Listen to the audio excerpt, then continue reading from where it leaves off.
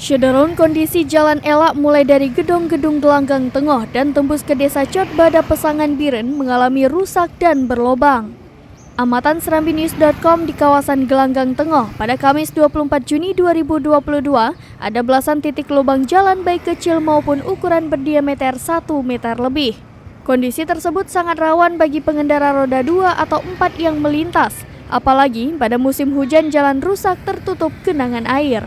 Rusli, seorang warga Biren mengatakan, kerusakan badan jalan Elak tersebut sudah terjadi sejak setahun terakhir dan saat ini lubang jalan semakin membesar.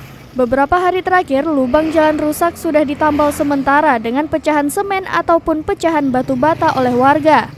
Para pengguna jalan pun mengharapkan titik jalan yang rusak tersebut agar segera diaspal kembali sehingga tidak membahayakan pengendara terlebih pada malam hari. Dari Biren, Yusmandin Idris, Serambi On TV.